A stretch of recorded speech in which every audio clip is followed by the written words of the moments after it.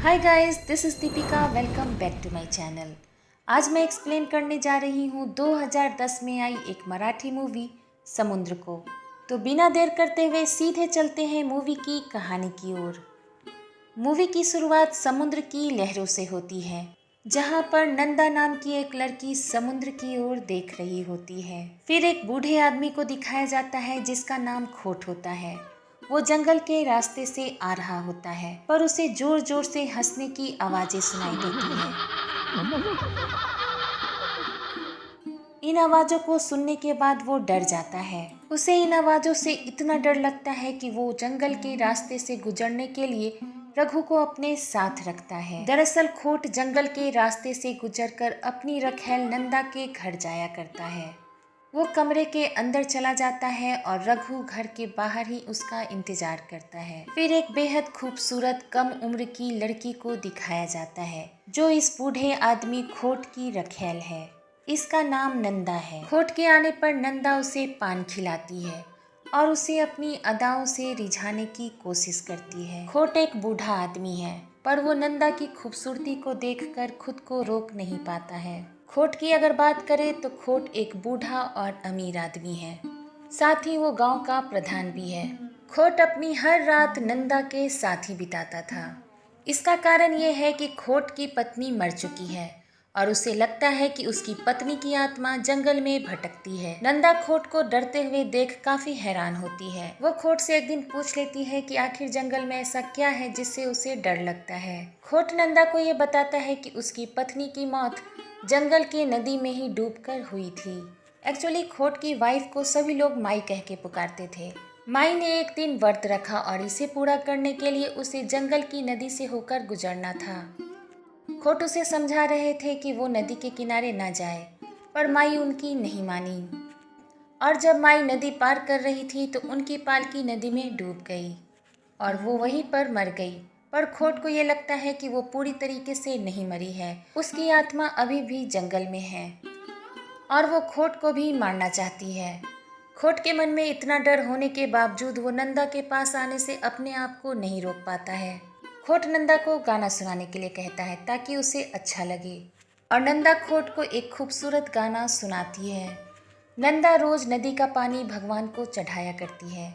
तब रघु भी उसके साथ होता है। रघु का काम होता है खोट की सारी बातें मानना। एक दिन रघु नंदा को ये बताता है कि जब वो बहुत छोटा था उसकी माँ उसे एक मंदिर में छोड़कर चली गई थी।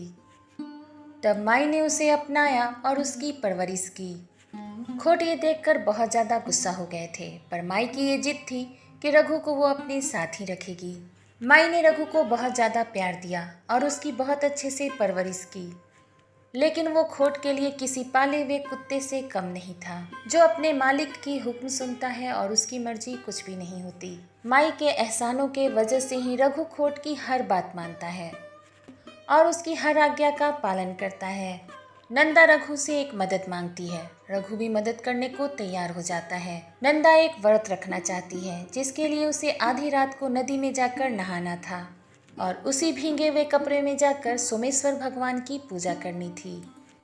वो रघु से कहती है कि आधी रात को उसे जंगल में जाने में डर लगेगा, इसलिए वो उसके साथ आए। रघु नंदा से ये पूछता है कि वो ये व्रत क्यों कर रही है। उसके पास तो सब कुछ है, जैसे तुम्हारे पास घर है, गहने हैं, खाना है। जिस पर नंदा ये कहती है क्या यही सब जीने के लिए काफ़ी होता है। वो कहती है कि मैं एक पिंजरे में रहती हूँ, जहाँ पर ऐशो आराम तो है, साथ में कैद भी है। वो इसलिए व्रत करना चाहती है ताकि उसके ज़िंदगी में कुछ अच्छा हो जाए। रघु नंदा से प्यार करने लगा था। वो नंदा को बताता है कि वो उससे प्यार करता है। वो कहता है कि मैं बहुत मेहनत करूँगा और तुम्हें हमेशा खुश रखूँगा। ये सुनकर नंदा मुस्कुराती है और वहाँ से चली जाती है। तो वहीं गांव वाले बहुत खुश थे, क्योंकि उस गांव में रैंड नाम का एक ब्रिटिश ऑफिसर आने वाला था। खोद और अन्ना मिलकर उसी के स्वागत में लगे हुए थे। गांव वाले ये चाहते हैं कि रैंड उनके लिए रास्ता बनाए जो शहर से जुड़ा हुआ हो, ताकि उनका व्यवसाय बढ़ सके। गांव की चीज़ें आसानी से शहर जाएंगी और उनका बिजनेस बढ़ जाएगा। तो वहीं एक औरत नंदा को घाट पर ये बताती है कि ब्रिटिश अधिकारी रैंड आने वाला है। वो नंदा से मजाक करते हुए बोलती है कि वो तुम्हारे लिए नहीं आ रहा बल्कि एक रास्ता बनाने आ रहा है, इसलिए तुम ज्यादा खुश ना हो। तभी हम देखते हैं कि गांव में एक नाटक मंडली आ जाती है, जिसे देखकर अन्ना बहुत खुश थे। वो उसे रैंड के सामने परफॉर्म करने के लिए बोल रहे थे। उसके लीडर का नाम था भार्गव। वो लोग तैयारी करने लगते हैं क्योंकि रात में उनका परफॉर्मेंस होता है। भार्गव नाटक में एक लेडी का रोल निभाता है। जब वो गाना गा रहा था तो नंदा को ये आवाज़ उसकी ओर आकर्षित करती है। उसे सुनकर ये महसूस होता है कि ये कोई अपना है। रघु उसे ही देख रहा था।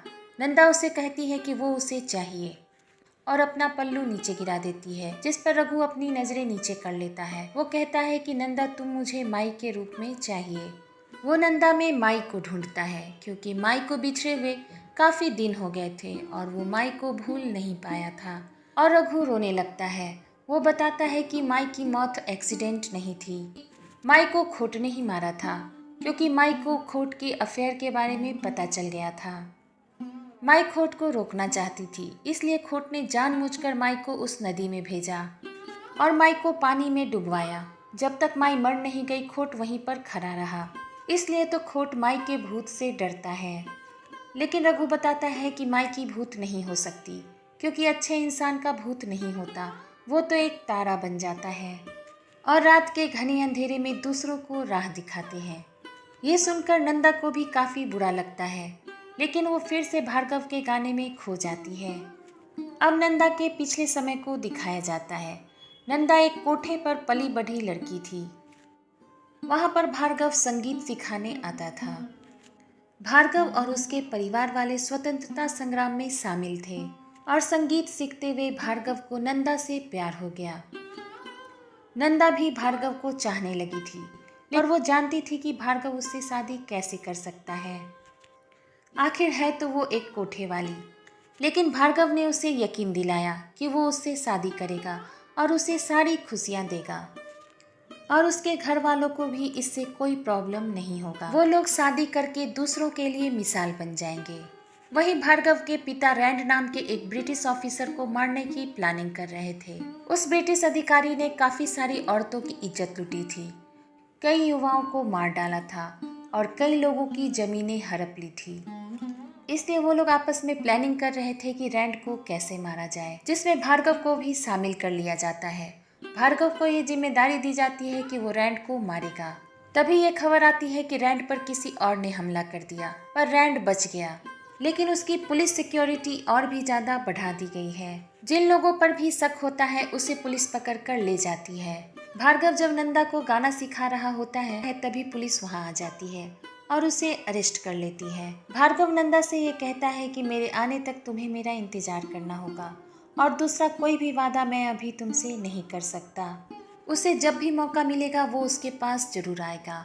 इस तरह से कुछ दिन बीत जाते हैं, पर भार्गव की कोई भी खबर नहीं आती। तभी नंदा की अक्का, जिसने नंदा की परवरिश की थी, उसकी तबीयत खराब हो जाती है। अक्का मरने से पहले नंदा से कहती है कि अगर वो यहाँ रहेगी तो कई सारे लोग उसका फ़ायदा उठाने की कोशिश करेंगे। वो लोग उसे चैन से जीने नहीं देंगे। इससे अच्छा तो ये होगा कि वो किसी एक की हो जाए, क्योंकि वो आदमी उसे घर भी देगा और पैसे भी। इसलिए नंदा खोट की रखेल बन जाती है। खोट की ही वजह से उसे कोई दूसरा आदमी परेशान नहीं करता था। तो वहीं गांव वाले रैंड के आने का बेसब्री से इंतजार कर रहे थे। पर जब रैंड आता है तो इन लोगों को ये पता चलता है कि रैंड को इंडियंस पसंद नहीं थे। वो किसी को भी अपने आसपास भी खड़ा होने नहीं देता था। सब गांव वाले दूर से ही उसके ऑर्डर का इंतजार कर रहे थे। गांव वालों को भगाने के लिए रैंड उन पर फायरिंग करता है। सभी लोग भाग जाते हैं, पर खोट वहीं पर बैठा रहता है, जिसे रैंड देखकर इम्प्रेस हो जाता है। खोट रैंड को नाटक देखने के लिए निमंत्रण देता है। तो वहीं दूसरी ओर भार्गव और उसके टीम रैंड को मारने की कोशिश कर रहे थे। उस रात को भी नंदा नदी से पानी निकालने के लिए गई थी। तभी उसे कुछ आवाजें सुनाई देती है। वो नजदीक जाकर सुनने लगती है। वहाँ पर भार्गव और उसकी टीम रैंड को मारने की प्लानिंग कर रहे थे। उसका एक आदमी नंदा को देख लेता है और उसे मारने ही वाला था। लेकिन भार्गव उसे रोक लेता है। भार्गव को देखकर नंदा बहुत ज्यादा खुश थी। वो भार्गव से बातें करना चाहती थी, पर भार्गव उसे बताता है कि वो यहाँ रैंड को मारने आया है। नंदा भार्गव को अपने पास रोकना चाहती थी, पर भार्गव नहीं रुका। अब भार्गव रैंड को मारने से पहले नंदा से मिलने जाता है और उससे माफी मांगता है कि उसने नंदा से बहुत सारे वादे किए थे, पर उन वादों को वो पूरा नहीं कर पाया। वो नंदा से कहता है, मेरा कोई भरोसा नहीं, शायद रैंड के आदमी मुझे गोलियों से मारते, इसलिए मैं ये वादा नहीं कर सकता कि मैं वापस आऊंगा भी या नहीं। वो नंदा से आखिरी बार मिलने आया है। नंदा आज भी मजबूर थी। आज भी वो भार्गव को रोक नहीं पाती। इसके बाद भार्गव वहाँ से चला जाता है। गांव में नाटक चल रहा था और रैंड उसे देखने आया था। वो रैंड पर हमला करने ही वाले थे, लेकिन उनका प्लान फेल हो जाता है। उल्टा भार्गव के ही कुछ लोग मारे जाते हैं। उस नाटक की प्लानिंग अन्ना ने की थी, इसलिए रैंड उसे बहुत मारता है। फिर उसे वहाँ पर नंदा दिखाई देती है। नंदा को देखकर रैंड उस पर फिदा हो जाता है। रैंड खोट से यह कहता है कि उसे नंदा चाहिए। खोट उसे मना करता है, पर रैंड उसे कहता है कि यहाँ की सारी चीज़ें मेरी हैं। यहाँ की ज़मीन, यहाँ के जगह, सारी चीज़ें मेरे हैं, इसलिए नंदा भी मेरी है। लेकिन खोट नंदा को रैंड के पास नहीं भेजना चाहता था। ये सुनकर अन्ना खोट पर गुस्सा करते हैं। वो कहते हैं कि अगर रैंड गुस्सा हो गया तो गांव में सड़क नहीं बनेगा। अगर गांव में सड़क बना तो सभी का भला होगा। लेकिन खोट अभी भी नहीं मानता, तो अन्ना उसे धमकाने लगता है। वो कहता है कि मैं जानता हूँ कि कैसे तुमने अपनी पत्नी को मारा था, और जिस रघु के साथ वो कुत्तों जैसा व्यवहार करता है, वो रघु उसका ही बेटा है। और ना जाने कितनी औरतों के साथ तुमने आज तक जबरदस्ती की है। मैं ये सारी बातें लोगों को बता दूंगा। ये सब सुनने के बाद खोट डर जाता है और नंदा को भेजने के लिए तैयार हो जाता है। खोट नंदा के पास जाता है और वो कहता है कि तुम रैंड को खुश कर दो, और उसके बाद वो आज़ाद है। वो गांव छोड़कर कहीं भी जा सकती है। और खोट ये कहता है कि मैं तुम्हें बहुत सारे पैसे भी दे दूंगा, जिससे तुम आराम से गांव से बाहर चली जाना। नंदा भी रैंड के पास जाने के लिए मान जाती है। तो वही खोट रघु को हुक्म देता है कि उसे एक और काम पूरा करना है, और रघु कभी भी खोट की बातों को मानने से इनकार नहीं कर सकता। वो नंदा को पालकी में बैठाकर रैंड के पास ले जाता है। रैंड जब कमरे में आता है तो वहाँ पर नंदा नहीं थी, बल्कि नंदा की जगह भार्गव बैठा था, और वो रैंड को मार देता है। यहाँ पर उसका काम पूरा हो जाता है। वो नंदा के रूप में ही फिर से आकर पालकी में बैठ जाता है। खोट ने रघु को ये कहा था कि नंदा को भी उसी तरह पालकी में बैठाकर नदी में डुबा दे, जैसे उसने माई को डुबाया था, और वो वैसा ही करता है और पालकी को नदी में डुबा देता है। रघु नदी किनारे बैठकर नंदा के लिए रोने लगता है।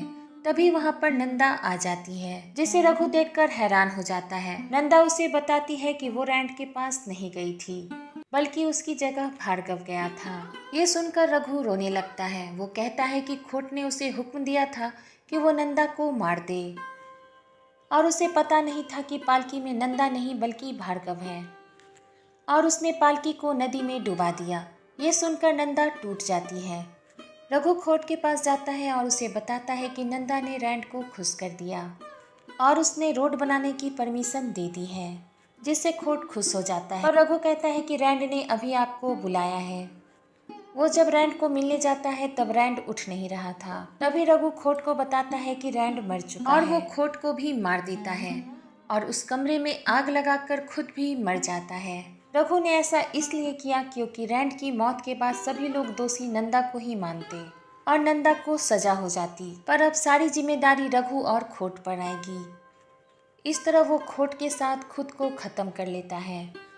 अब दूसरी ओर नंदा को देखते हैं, जिसके पास कुछ भी नहीं बचा था। वो समुंदर के किनारे चलने लगती है और यहीं पर ये मूवी ख़त्म हो जाती है। दोस्तों, आपसे एक छोटी सी अनुरोध है कि अगर आपको वीडियो पसंद आया हो तो कमेंट, लाइक और सब्सक्राइब करना बिल्कुल मत भूलिएगा।